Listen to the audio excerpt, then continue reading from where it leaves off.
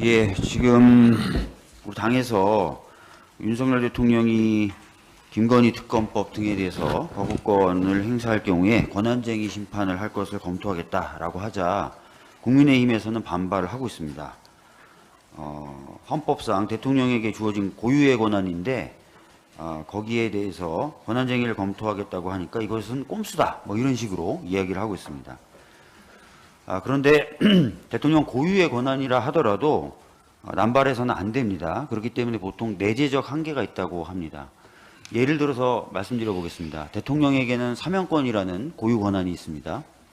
헌법 문헌상에는 이 사면권을 제한하는 문구가 들어있지 않습니다. 그러면 자신의 가족들의 경우에 무조건 다 사면을 해줘도 됩니까?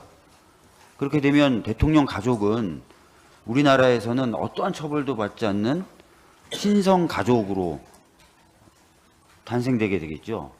그렇기 때문에 이런 사면권 행사는 안 된다라고 보는 것이 일반적입니다. 그렇기 때문에 이 거부권의 경우에 또 이와 같은 논리로 내재적 한계가 있다라고 봐야 되는 것입니다.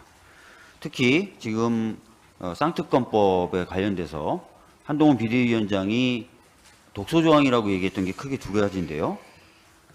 하나는 수사 과정을 브리핑한다는 내용이었습니다. 그리고 또 하나는 시기가 총선에 임박해서이다라고 얘기했습니다. 근데 이미 여러 차례 말씀드렸지만 수사 과정에 대한 브리핑은 최순실 특검 때부터 있었고 그 이후에 만들어진 모든 특검법에 동일하게 들어가 있는 조항입니다. 그래서 이것이 독소조항으로 갑자기 둔갑할 이유는 없는 것이겠죠. 시기 문제는 저희 더불어민주당을 포함한 야당들은 최대한 신속하게 쌍특검법을 제정해서 시행하자고 얘기를 해왔지 지금 하자고 얘기한 적이 한 번도 없어요. 국민의힘이 반대하다 보니까 저희가 패스트트랙을 지정했고 그래서 지금 이 시기에 법이 국회 본회의를 통과하게 된 것입니다. 과거부터 있었던 조항을 문제 삼고 본인들이 정한 결국 만들어낸 시기를 가지고 문제 삼고 그것을 가지고 거부권을 행사하겠다라는 것은 전혀 타당하지 않죠. 거기다 더해서 이 쌍특검법은 대통령 본인과 본인 배우자에 대한 수사를 가능하게 하는 법이죠. 근데 그걸 본인이 거부한다는 거예요. 본인과 본인 배우자의 이익을 위해서. 그래서 이해상충에도 해당되는 겁니다. 그렇기 때문에 거부권을 행사할 대상이 안 된다. 이유도 안 된다라는 겁니다.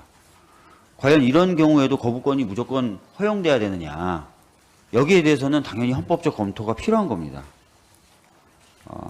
그렇기 때문에 저희들이 이 권한쟁의 등을 검토하겠다는 것이고 아무런 이유 없이 권한쟁의를 검토하겠다는 것이 아닙니다. 오히려 대통령이 입법권을 존중하고 또 국민적 요구를 존중하고 또 자신이 얘기해왔던 공정과 상식이라는 우리나라와 우리 사회의 가치를 존중한다면 거부권 행사를 안 하는 게 맞죠.